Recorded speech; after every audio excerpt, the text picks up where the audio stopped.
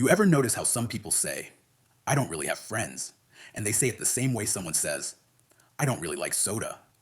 No sadness, no explanation, no nervous laugh to make it sound lighter. Just a calm sentence that lands and hangs there longer than people expect, almost daring someone to challenge it. And suddenly, the room feels slightly uncomfortable because that sentence isn't supposed to sound peaceful.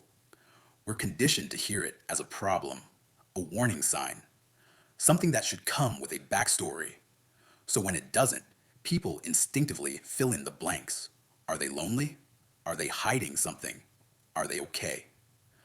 Sometimes the discomfort isn't about the person saying it, it's about what that sentence threatens. The idea that maybe constant connection isn't the only healthy way to exist, or the only way to be whole. And maybe, quietly, you've said it too.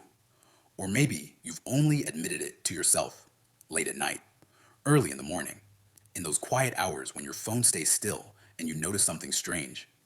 You're not anxious. You're not scrambling for distraction. You're just present. Then the second thought creeps in, the one that unsettles you. Shouldn't this bother me more than it does? That question alone can make you doubt your own emotional compass, even when nothing actually feels wrong.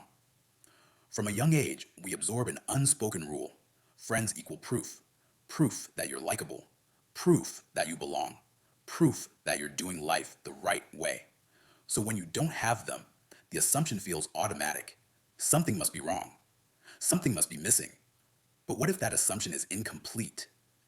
People who don't have friends often share certain rare personality traits, not flaws, traits, quiet ones, subtle ones, the kind that don't show up well in group chats, party photos, or surface level conversations. As we move through them, notice what resonates before you analyze it. Because recognition often arrives as a feeling first. There's a type of person who enters social situations already mentally full.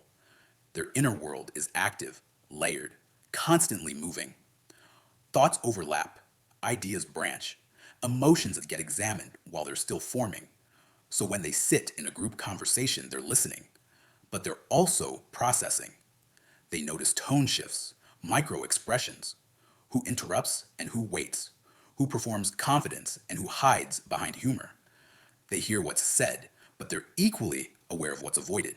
While others exchange stories, their mind quietly maps patterns, connections, contradictions. After a while, they're tired. Not bored, not irritated, just deeply drained. The kind of tired that comes from constant awareness, not lack of interest. Psychologically, this reflects deep introspection. These people naturally direct attention inward. Silence doesn't scare them, it nourishes them. Being alone doesn't feel empty, it feels spacious, like room to stretch out mentally. But most friendships are built on momentum, frequent interaction, shared noise, constant responsiveness. And for someone whose mind is already busy, that rhythm eventually becomes exhausting. So they drift, not dramatically, just fewer replies, longer pauses, missed invitations, until one day there's no one left to drift from. If this feels familiar, you've probably been described as quiet, reserved, or hard to know. What people don't realize is that closeness, for you, requires depth, not repetition, presence, not constant proximity. Then there's another personality that confuses people even more. Someone who does form friendships, sometimes very deep ones, long conversations, shared vulnerabilities, moments that genuinely mattered, and then distance, no blowups, no betrayal, no clear reason, just a gradual sense that the connection no longer fits who they're becoming. These individuals change internally at a fast pace. Their values sharpen, their priorities shift.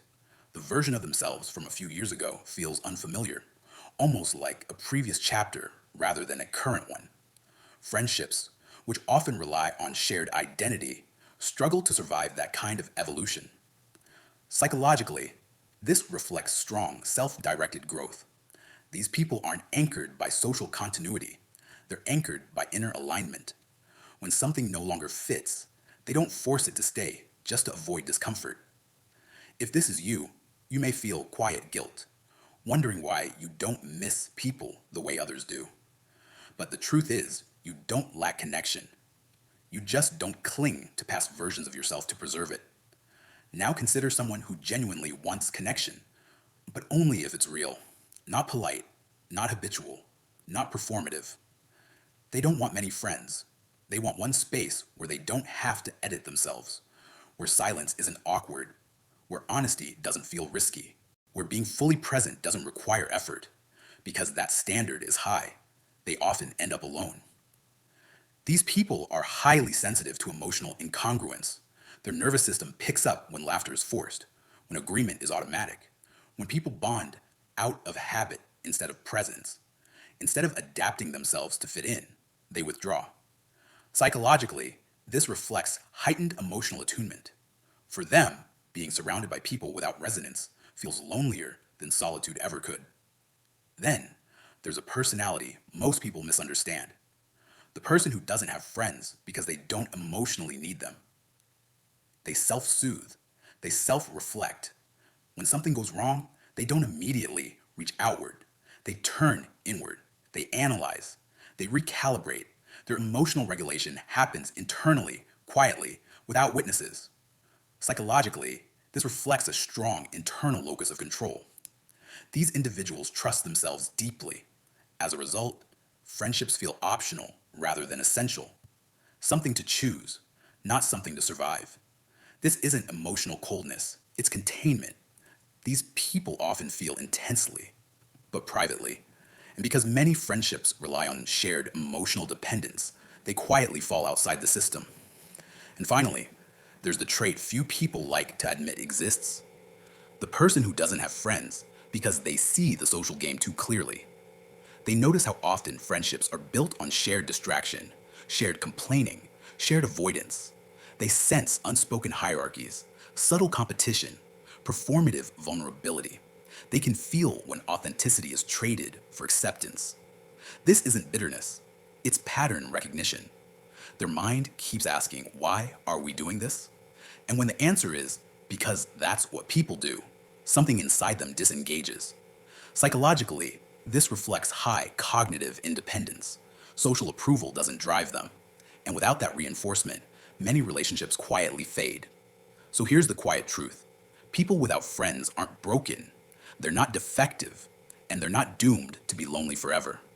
Often, they're operating on a different psychological frequency, one that prioritizes depth over noise, autonomy over attachment, meaning over maintenance. The real question isn't, why don't you have friends? It's, what kind of connection would actually feel real to you? Not just acceptable, but nourishing, honest, and sustainable? Which of these traits felt familiar? Maybe more than one. Sit with that. Because sometimes what looks like loneliness from the outside is actually discernment on the inside.